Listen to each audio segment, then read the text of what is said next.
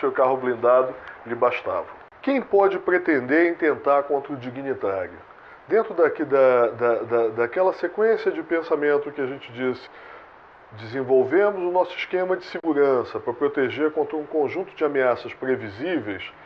A gente tem que procurar se antecipar e identificar quem pode pretender intentar contra aquela pessoa que estiver nos protegendo. Aqui eu listei para vocês algumas fontes de hostilização. Tá? É claro que essas fontes de hostilização vão condicionar a nossa maneira de trabalhar e o nosso planejamento, de acordo com quem a gente tem que se opor ou quem nós imaginemos que vamos nos opor, a gente vai condicionar o nosso planejamento. Inicialmente, órgãos de imprensa em campanhas de desmoralização ou com escutas clandestinas. Órgão de imprensa, durante a coisa de uns 4 anos atrás, saiu na mídia que um tabloide britânico, não me recordo se o The Sun ou o Sunday Mirror, estava investigando, estava grampeando correspondências do príncipe William na faculdade. Posteriormente, saiu na mídia de lá também que um tabloide, um outro tabloide, teria interesse em capturar uma madeixa ruiva do príncipe mais novo para mandar fazer um exame de DNA para detectar se ele efetivamente era filho do príncipe Charles ou não. Vejam, isso existe. Jornalismo investigativo e arapongagem, o rótulo varia do teu conceito de julgamento, mas as práticas são mais ou menos as mesmas. Tá? Uma outra fonte de hostilização, organizações não governamentais em protestos pacíficos ou não. Sabotagens, campanhas de desmoralização. Na França, há muitos anos atrás, as ONGs contrárias à caça à raposa tiveram a oportunidade de fazer verdadeiras emboscadas na rua, detendo pessoas, mulheres notadamente, que estavam trajadas com pele de animais, e essas pessoas eram ridicularizadas, eram banhadas em tinta, etc. Isso fazia parte da campanha das ONGs para conseguir, vamos dizer assim, restringir ou tornar proscrita a caça desses animais. Mas a gente tem ditas organizações não governamentais que hoje estão associadas ao terrorismo, como Animal Liberation Front, lá na Inglaterra, que manda bombas pelo correio.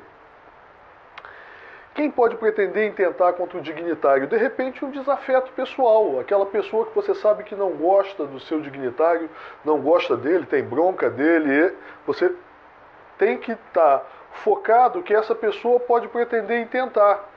E, de repente, não vai ser intentando com força física, dando um soco, ou partindo para um tiro a curta distância. De repente, dentro daquele princípio de atuar com inteligência, você detectou que esse desafeto pessoal tem algum talento. Ele conhece de química, ou ele conhece de eletrônica, ou ele é um especialista em explosivos. Olha só, é difícil até me antecipar a toda sorte de casos ou toda sorte de possibilidades. Mas o fato é que a gente está querendo aqui que vocês pensem em segurança dignitária. Se antecipem a isso, se acostumem a pensar. Tá? Então a gente vê que o desafeto, o talento do desafeto também vai condicionar a nossa maneira de trabalhar. Criminosos comuns, crime organizado, notadamente o narcotráfico.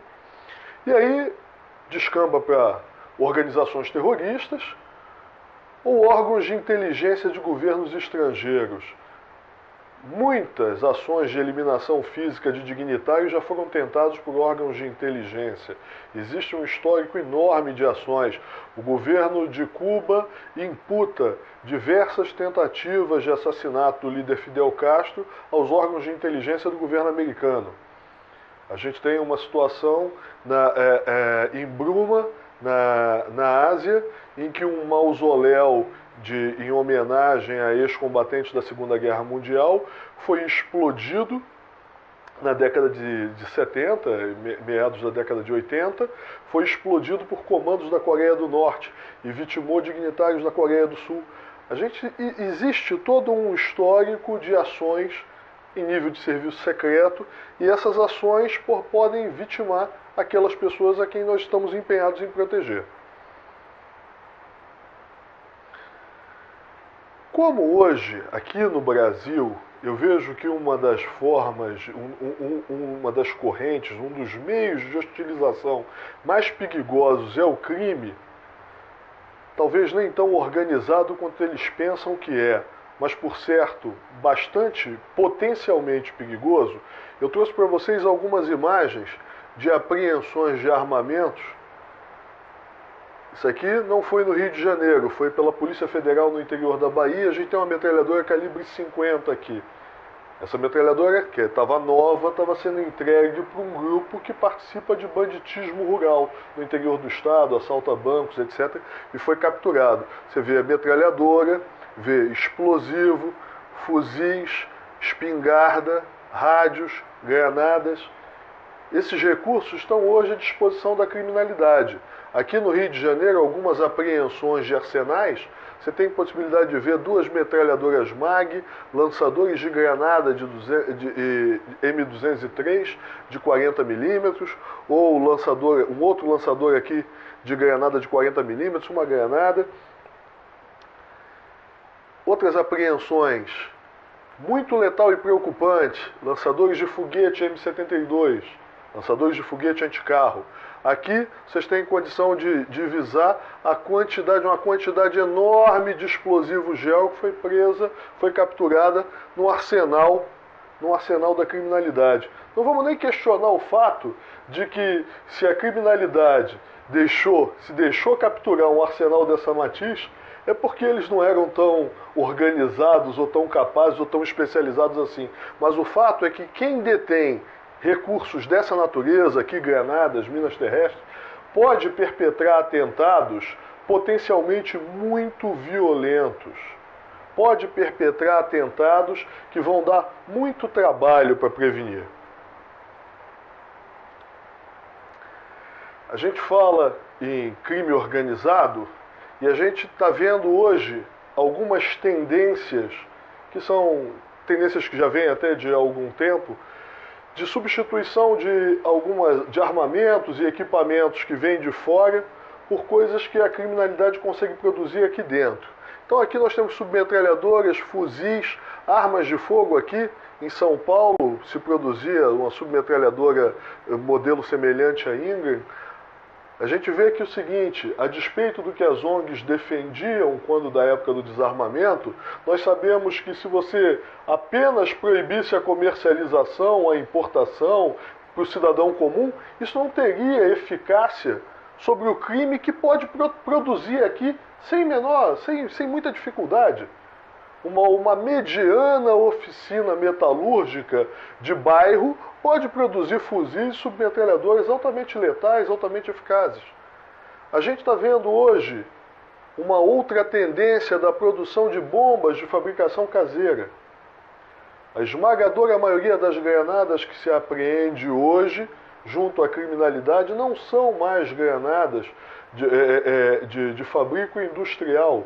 São bombas de fabricação caseira, são bombas de naipe com capacidade de fragmentação e que são produzidas pela própria criminalidade, a partir de explosivos comerciais.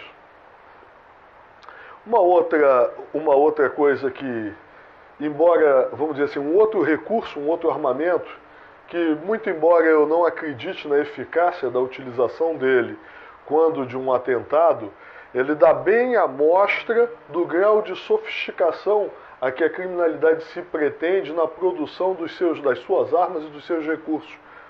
Foguetes semelhantes ao foguete Qassam, que hoje é empregado pelos palestinos no Oriente Médio, a gente está fabricando as nossas próprias versões disso aqui. E já foram capturados, inclusive, em São Paulo. Os meios que podem ser empregados nos atentados, mostramos alguns, mas tem emprego de violência corporal ou verbal, emprego de arma de fogo a curta distância ou de arma branca, emprego de arma de fogo de longo alcance, emprego de artefatos explosivos, emprego de mísseis antiaéreos, empregos de engenhos rudimentares, engenhos de fabrico artesanal, de fabrico não comercial ou não tradicional, emprego de venenos, gases tóxicos, bactérias, elementos radioativos, emprego de substâncias desmoralizantes, tinta, fezes, urina, etc. Exemplos de alguns atentados não letais, utilização de substância desmoralizante, arremesso de ovos contra o governador Mário Covas, arremesso de torta, bombas de fabricação artesanal deixadas no interior de um ônibus no Rio de Janeiro. Vejam bem, a gente costuma, quando nós falamos de preconceito, a gente dizia, isso é coisa que não acontece no Brasil. Mas muitas das coisas que nós pensamos que não acontecem no Brasil, acontecem. Talvez não acometam-nos com a mesma frequência que ocorre em outras partes do mundo, mas a gente, enquanto profissional de segurança, a gente tem que estar permanentemente preparado para o fato de que aquilo que é a globalização da adversidade. Aquilo que acontece num outro lugar, amanhã ou depois pode estar sendo perpetrado aqui contra nós ou contra as nossas próprias equipes de segurança, contra os dignitários que nós estamos protegendo. Exemplo, arma de fogo, arma longa com fuzil.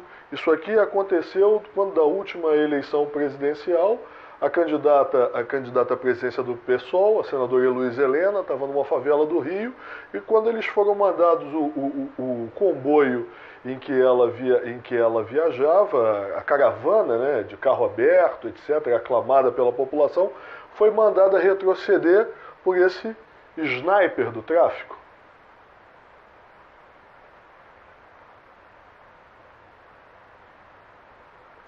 Emprego de arma longa calibre 50, aqui no caso fuzil Barrett. Existem outros fuzis, Macmillan e outros fuzis em calibre 50. Embora a gente não tenha ainda capturado, pelo menos no Rio de Janeiro, fuzis desse calibre, a gente sabe que a criminalidade que consegue importar outras armas muito mais exóticas ou de obtenção muito mais difícil, talvez não tivesse dificuldade de importar um fuzil desse. E o efeito balístico terminal dessa munição é devastador. Veja aqui, um guerrilheiro que foi atingido por um tiro de sniper de um atirador da Legião Estrangeira Francesa, em que você pode olhar o orifício de entrada do projétil, o efeito que o projétil calibre 50 provocou no guerrilheiro. Esse é o efeito balístico terminal de uma munição de altíssima letalidade. Dentro dos meios que se podem empregar para a prática de atentados, a gente normalmente até reza para Papai do Céu para que isso não aconteça aqui. Mas existem todas as condições propícias para a ocorrência de atentados com artefatos explosivos. Então nós estamos mostrando aqui alguns explosivos gel e aqui bombas de fabricação caseira colocadas dentro de cilindros metálicos, de vasos de pressão. Isso aqui foi um arsenal capturado a criminalidade no Rio de Janeiro há alguns anos atrás. Mas a gente tem explosivos, dinamites. Explosivos podem ser produzidos a partir de componentes que são comprados sem muito problema e sem muito rigor na loja Minhoca Feliz. A produção de explosivos comerciais de anfo, né, um explosivo que se chama de anfo, que é resultado da mistura de organonitratos, de óleos e de açúcares, isso você pode obter a partir de locais insuspeitos, de locais onde normalmente o cidadão comum não atentaria para essa possibilidade. Hoje se pode fazer terrorismo a partir de componentes que se encontram praticamente em qualquer lugar e de fácil obtenção. Isso aqui é uma apreensão de granadas, né? Essas granadas FMK2 argentinas, que durante muito tempo foram as granadas de aparecimento mais frequente junto à criminalidade, sobretudo no Rio de Janeiro, mas hoje em número muito superadas pelas bombas de fabricação caseira que o tráfico já vem produzindo há bastante tempo. Aqui só para mostrar dinamite. E aqui os artefatos propriamente, né? A dinamite com os pregos para estilhaçamento e dentro de uma pasta com timer. Aqui uma outra bomba vista ao raio-x. Aqui uma bomba relógio escondida dentro de uma caixa de videocassete. Aqui um furgão bomba em que, não sei se dá para perceber bem, a concavidade interna da carroceria foi toda modelada com explosivos. E aqui o efeito que essas bombas causam, aqui na City Londrina e aqui na rede ferroviária na Espanha, naqueles atentados de Madrid perpetrados pela Al-Qaeda. Quando nós mostramos as armas capturadas à criminalidade, eu falei do foguete M72 e que